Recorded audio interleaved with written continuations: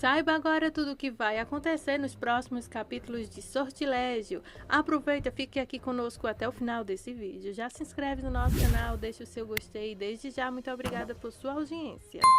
Nossos abraços de hoje vai para Lady Alves, para Neide Aparecida e para Helena Lopes Azevedo, do Espírito Santo. Um grande abraço para vocês. Continuem ligadinhos aqui no nosso canal. No capítulo de hoje em Sortilégio, Vitória, Maria José e Paula descem as escadas e todos pulam para encontrar-se com Maria José. Essa é Maria José, esposa de Alessandro, e sua irmã Paula apresenta então a Vitória, a sua filha e genro. Raquel pergunta onde está Bruno e Vitória diz que ele está na funerária resolvendo tudo por lá. Ela então explica a Maria José que Bruno é seu filho mais velho. Os carros saem então da propriedade para o funeral com a imprensa. Nós nos transportamos para uma pequena cabana. Um jovem chega com um carregamento de lenha. Tio e sobrinho discutem sobre o relógio do moço que sumiu. O tio do jovem diz que o achou, mas achou melhor guardar, até porque se ele morrer não vai precisar. O sobrinho do senhor diz então que talvez eles devem sair para a rodovia e esperar passar uma patrulha. O tio então está preocupado em ser culpado pelo acidente, ou até mesmo o homem não resistir e morrer no caminho. O sobrinho quer saber o que eles vão fazer. Ele não pode morrer sozinho. Bruno, largado em suas calças de couro, desliza até a porta de Maria José e bate na porta. Pedro abre a porta e se surpreende então ao ver o Alessandro e pergunta o que ele está fazendo ali. Pedro diz que Maria José foi para a cidade grande. Nosso não tão galã diz que já sabia. Eles discutem sobre Pedro vendendo mercadorias roubadas. Pedro diz que não só vendemos coisas usadas e velhas, nós não vendemos nada roubado. Bruno diz que drogas e armas também e objetos roubados, encurralando então o senhorzinho. Eu juro que isso não é verdade, diz Pedro. Bem, às vezes, mas só um pouco, mas armas e drogas não. Então ele diz a Alessandro que sabe que sua perna está ruim e que não pode trabalhar e que não quer que Maria José sustente a casa sozinha e que por isso se sujeitou a trabalhar dessa forma. E também alerta ao genro que agora que vocês se casaram, tem mais um motivo para que eu trabalhe dessa forma. Fala então o Pedro para o nosso querido Bruno, não tão querido, né? Maria José agora é viúva de Alessandro Lombardo. E você não precisa se preocupar com o futuro dela, fala Pedro. Pedro não entende e pergunta, viúva? Bruno manda que ele se sente e explica que Alessandro Lombardo é um dos homens mais ricos da Mérida. Pedro exclama, mas o Alessandro é você. Bruno então diz que não é não, ele não é, e que Alessandro é uma pessoa de sua família e diz, bom, vou te contar a história agora, senhor Pedro. Minha mãe se casou com o pai de Alessandro. E meu nome não é Alessandro, é Bruno Albanese. No funeral, todos passam pela linha de recepção. Vitória apresenta a amiga de Raquel para Maria José. A mulher olha bem feio para Maria José. Um homem desconhecido diz a Fernando que ele era o melhor amigo de Alessandro. O que aconteceu? Por que ele não te disse nada sobre o casamento ou para onde ia? Fernando diz que não sabe o que aconteceu. O homem pergunta, e Bruno, onde ele está? Fernando responde, ele está com as autoridades. Nesse momento, o padre entra. Vitória se aproxima de Fernando, que o acalma. Aqui estou, Vitória, ao seu lado, fala Fernando, o tempo que quiser. Obrigada, diz ela. O padre termina ou começa a cerimônia. Há muito choro pela despedida de Alessandro e Maura não tira os olhos de Maria José. Na casa de Pedro, Pedro fala, você enganou minha filha, enganou a todos. Bruno diz, sim, mas vocês agora são milionários graças a mim. Vão ter muito dinheiro para poder comprar o que quiser, comer o que quiser. Pedro pergunta, como você sabe que esse homem ia morrer? O verdadeiro Alessandro, esse é o nome dele? Eu tenho várias perguntas, fala então Pedro.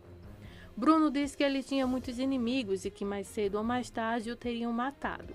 Eu apenas tirei vantagem da situação. Pedro acha coincidência ele ter morrido em um momento tão oportuno para Bruno. Muito orgulhoso de si mesmo, Bruno diz que sua morte foi apenas antecipada. Pedro quer saber o que realmente aconteceu e diz que ninguém viu nada, mas você tem que convencer a todos que Maria José se casou com ele. Pedro fica surpreso por Maria José não saber do que está acontecendo.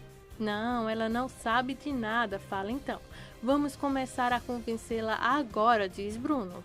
E você, senhor Pedro, tem que estar do meu lado, pois eu sei tudo sobre o senhor. E caso não me ajude a colaborar, o senhor irá para a cadeia. Pedro acha isso muito desonesto.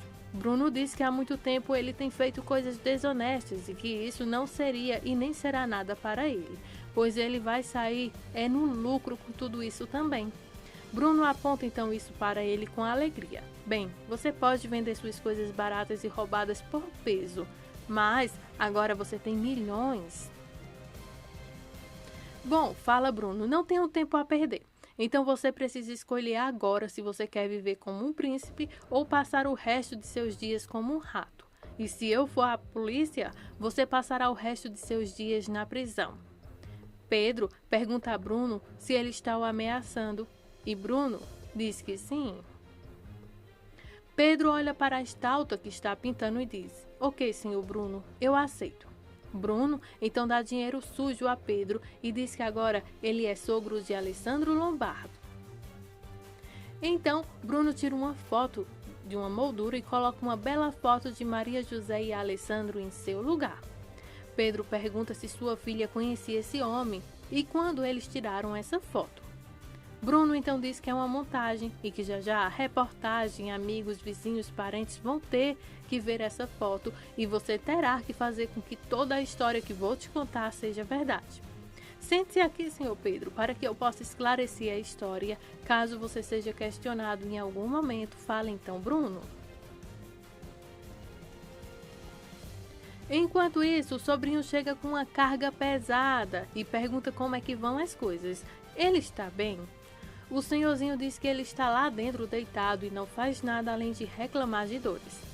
O sobrinho do senhor entra na casa para verificar o Alessandro. O sobrinho diz então: Ei tio, ele está acordando, vem ver. Ele vai pensar que roubamos seu relógio. O tio do menino pergunta a Alessandro se ele estava em uma boa luta. O que foi que aconteceu, jovem? Pergunta então. Alessandro diz que não sabe. O senhorzinho pergunta: Você foi roubado? Você não tinha dinheiro nem identidade quando te achamos. Não tinha nada, diz o homem. Alessandro então responde: Meus cartões e carteiras estão na caminhonete e meu celular também. O menino pergunta: Sua caminhonete? Alessandro diz que sim. O tio do garoto fica surpreso por ter sido ele quem sofreu um acidente. Sim, e um homem e uma mulher também estavam comigo, fala então Alessandro. O sobrinho fala: Uma mulher e um homem? Não, nós te achamos sozinho. Não vimos nenhum carro, diz então o menino. Quem é você? Fala então. Nosso galã não tão bonito agora quer saber. Eu sou Xuxo e esse é o meu sobrinho Xinxo. Alessandro quer ir a um hospital e pergunta se eles estão perto de alguma cidade. Vá procurar ajuda, pede então a Alessandro, mal conseguindo falar para o menino, e conta que ele tem o dinheiro que precisar. Por favor, vá imediatamente e traz um médico. Em seguida, ele desmaia de dor. Ezequiel diz que ouviu de Bruno e que ele está bem. Ele estará de volta esta noite. A irmã de Bruno, Raquel, quer saber o que aconteceu, porque ele não apareceu para se despedir no funeral de Alessandro. Vitória pergunta a Maria José se ela gostaria de descansar. Ela diz que sim, pois não está se sentindo bem. Paula diz que vai com ela. Ezequiel então acompanha as meninas. Lá na cabana, Alessandro acorda e quer saber que horas são. Xuxo avisa que são por volta de 21 horas, no caso 9 horas. Onde está meu relógio? Pergunta Alessandro. O quê? Xuxo olha então para ele bem engraçado. Alessandro diz que está tudo bem, você pode ficar com ele. Daí, o senhorzinho diz que só guardou caso ele perdesse. Ele quer saber quando o Xinxo, no caso o sobrinho do senhor, vai voltar. Xuxo não tem certeza porque o caminho é longo. Paula conversando então com a Maria José, diz que Alessandro era milionário, por que ele não te disse nada? Maria José diz que não sabe, talvez porque o Alessandro tivesse medo que ela pudesse estar com ele por interesse, e começa a chorar. Paula pede que Maria José não chore. Maria José simplesmente não consegue acreditar em nada disso, pois agora descobriu uma mentira e também que está viúva. Paula pede que ela aceite o que aconteceu. Maria José diz que não consegue acreditar em nada disso e que tudo parece um pesadelo que ela está vivendo.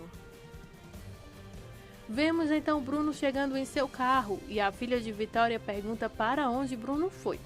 Vitória diz que foi ver o que aconteceu e descobrir sobre a Maria José. Roberto, sempre o genro atencioso e cheio de tato, pergunta se o casamento realmente é legal. Vitória diz que ainda não sabe. Ela é a esposa de Alessandro, não há nada que possamos fazer. Ela é uma garota legal. Roberto bufa e revira os olhos. Vitória diz que não sabe porque ele se casou sem contar nada a ninguém. Roberto diz que eles devem fazer alguma coisa, pois não podem permitir que essa mulher desconhecida fique com tudo. Vitória diz que se ela for esposa legítima do Alessandro, não podem fazer nada.